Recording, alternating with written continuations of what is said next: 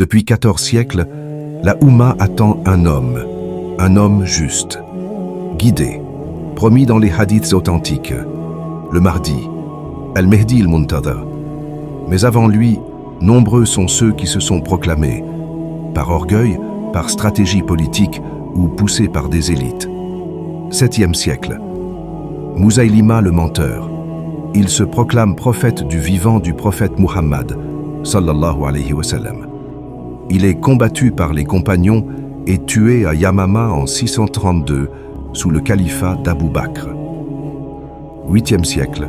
Salih ibn Tarif, au Maroc. Roi berbère des Bergwata.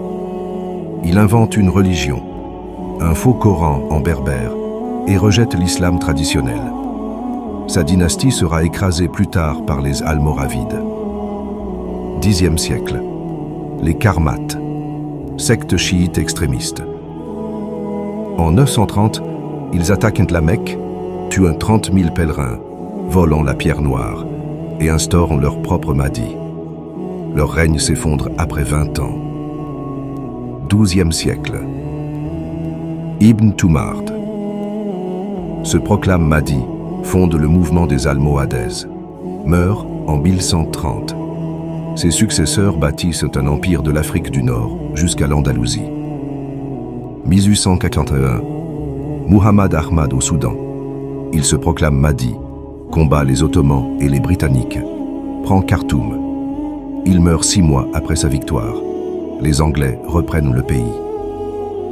1889, Mirza Ghulam Ahmad en Inde, fondateur de la secte Ahmadiyya. Il prétend être Mahdi et Messie, rejeté par les savants musulmans.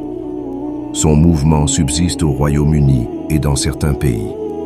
1969, l'attaque de la Mecque. Le premier jour du XVe siècle hégirien.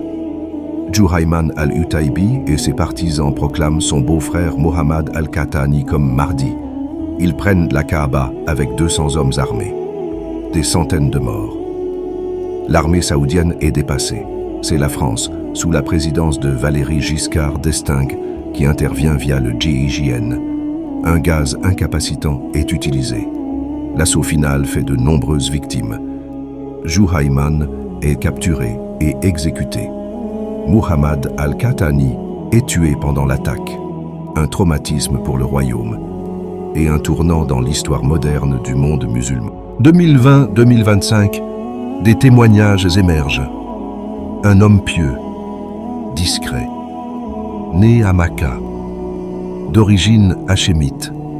Il n'a jamais prétendu être le Mahdi, mais ses proches témoignent de signes troublants. Voix apaisante, comportement irréprochable, savoir profond, humilité rare. Il aurait le sceau de la prophétie entre les omoplates.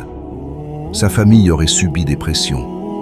Et lui a disparu, traqué par les autorités, traqué par MBS. Car s'il est ce que beaucoup pensent, alors il représente une menace existentielle pour les tyrans. Pourquoi?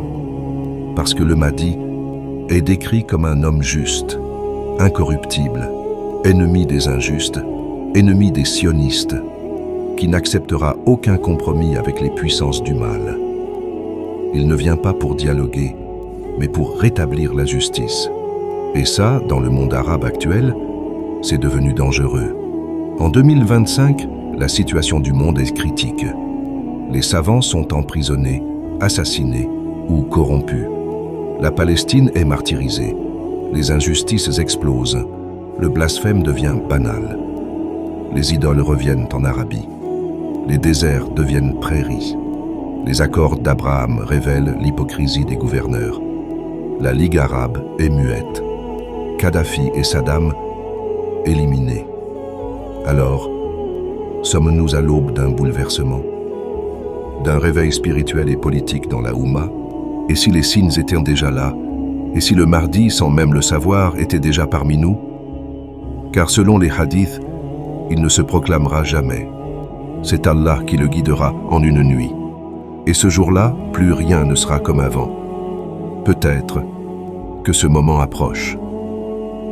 Muslim News.